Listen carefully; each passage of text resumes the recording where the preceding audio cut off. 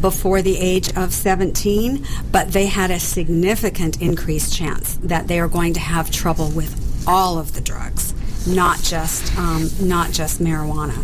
And you certainly don't want to start before age 15, and if you can wait to age 28, you are golden. It's probably not going to be that detrimental to part of what always strikes the patients and their families when you lecture about marijuana is when you talk about our cannabinoid receptor sites, and that we have them there to get the feeling of satisfaction from a job well done, from putting in a good workout or being a part of a team and having all of that, the adrenaline from a good practice, and you get your cannabinoids filled from that satisfaction, and marijuana takes over and fills that without doing any work. And so for these young people, the idea of working to get this feeling versus just smoking a little bit to get this feeling, it's a really impactful lecture for them to hear.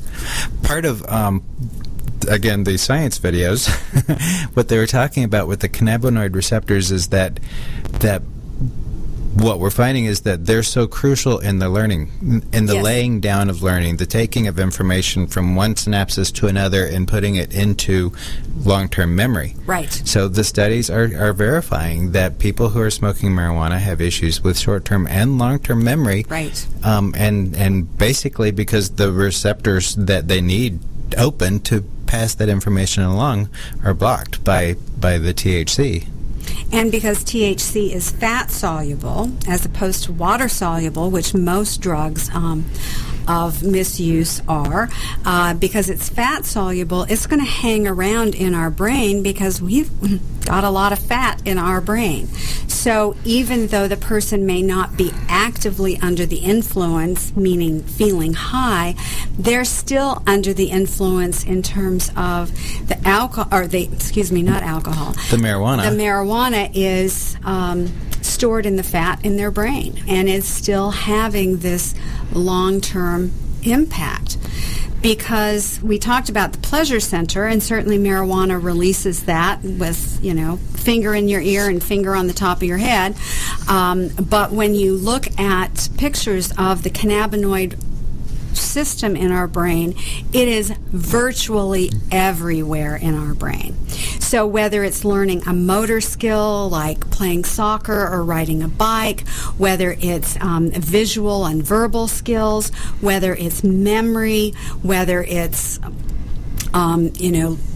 studying for your science class or learning to play the violin, all of these regions of the brain are involved, and our endocannabinoid system is there for us to be able to, like you said, David, be rewarded for doing these hard things. And being persistently, when you smoke pot or you ingest pot in some way, what happens is this system is just overwhelmed. They're getting such a huge dose from the marijuana, much more so than our normal system is.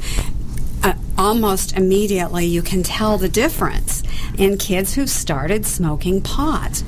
And what's ironic is they're often then carted off to their pediatrician or maybe a child psychologist or psychiatrist, and they're labeled with ADD because suddenly they're forgetful and they don't care and they're not motivated and they don't want to go to school and they don't want to go to soccer practice and they don't want to hang out with their friends anymore, and they're not interested in anything but hanging out, playing video games, and not doing the things they used to do.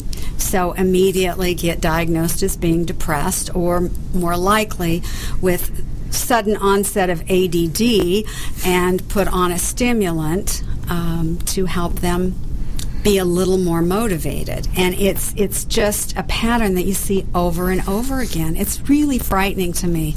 This particular drug scares me almost more than heroin, in the fact that the huge impact this can have on our society. Well, and especially when you see such a push coming from so many different directions to make it legal and to make it a crop for Georgia farmers, realizing that there is so much bigger of an impact from this substance economically for all of us than what's really being talked about. Another study, speaking of marijuana getting in your system and hanging around for a long time, this one was looking at mothers who were breastfeeding. So this study looked at 54 samples from 50 women who were using marijuana either daily, weekly, or sporadically, with inhalation being their primary method of intake. And what it found was that components of marijuana in 63% of the breast milk samples was found in 63% of the samples for up to 6 days after inhaling. Wow. 6 days. Again, because there's a lot of fat in breast milk, by the way. Well, I figured that was about something to say when we were talking about the fatty brains, that there are other areas of our body that contain a lot of fat. But if you figure it's still in there 6 days later, the concentration that's in there at day 1 or day 2 must be significantly high. And it is a substance that we know easily crosses the blood-brain barrier. And that's a very interesting thought, that marijuana is a small enough molecule that it can certainly get into adult brains or adolescent brains. It can get into the brains of infants even before they're born. And there was another study that looked at what happens when mothers have been smoking marijuana or using marijuana when they're pregnant, and this impact that's happening. This comes from the Harvard School of Public Health, looking at children whose mothers smoked marijuana, showing that there is a strong predictor that if the mother started using while she was pregnant or during the first 12 years of the child's life, so not just in utero but just being around it, that their children are much more likely to use marijuana and much more likely, unfortunately again, to use it at an earlier age. And this study was looking at over 4,000 children and 2,500 mothers, and they monitored these children up to the age of 18, I believe, and found that this very high rate of childhood and adolescent cannabis use when they were exposed either in utero or because their mothers were smoking around the children before the age of 12. So, scary, scary stuff. But and definitely part of what we've known with alcohol and with nicotine is that in a household where there's a more permissive attitude from the parents towards the use of these substances, that you're likely to see teenagers and older children starting at a much younger age. And so it just stands to reason that the same would be true for moms that are indulging in marijuana, that they're going to have a more permissive attitude around it as the kids are growing up. And possibly some earlier in utero or in breast milk actual exposure.